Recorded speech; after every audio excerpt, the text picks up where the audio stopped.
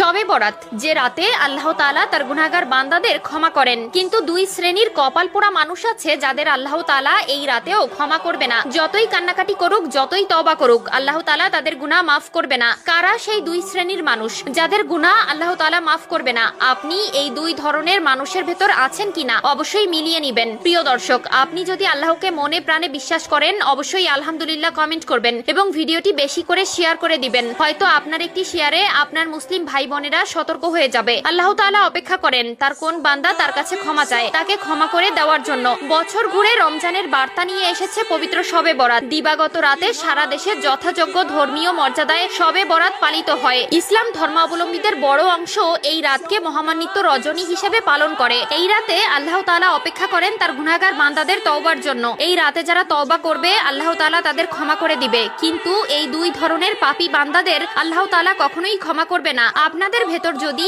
এই দুইটি পাপ থেকে থাকে অবশ্যই আল্লাহর কাছে বেশি বেশি তওবা করে কান্নাকাটি করবেন, কারণ তাদের মতন কপাল পোড়া এই দুনিয়ার জমিনে আর একটিও নেই। শবে বরাতের রাতে সর্বপ্রথম যার তওবা আল্লাহ তাআলা কবুল করবেন না তিনি হলেন শিরককারী। মহান আল্লাহ তাআলা সবচেয়ে বেশি অপছন্দ করেন শিরককারীকে।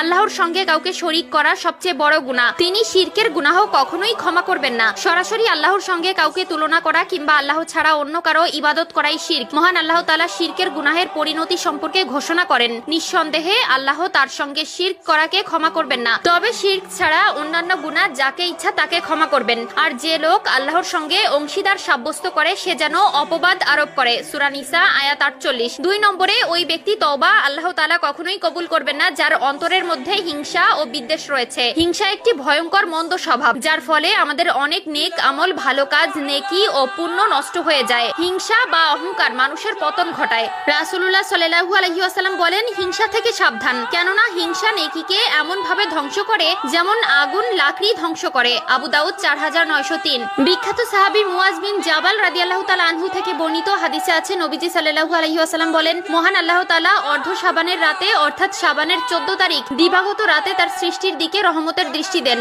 এবং মুশরিক ও বিদ্বেষ পোষণকারী ছাড়া সবাইকে ক্ষমা করে দেন। সহিহ ইবনে হিব্বান 5665। মহানবী সাল্লাল্লাহু আলাইহি ওয়াসাল্লাম বলেন, আল্লাহ তাআলা প্রতি রাতে প্রথম আসমানে নেমে আসে যখন রাতের 2/3 অতিক্রম হয় আর বলেন, আমি বিশ্বজগতের প্রতিপালক। এমন কেউ আছো কি যে আমাকে ডাকে, যার ডাকে আমি সাড়া দিব?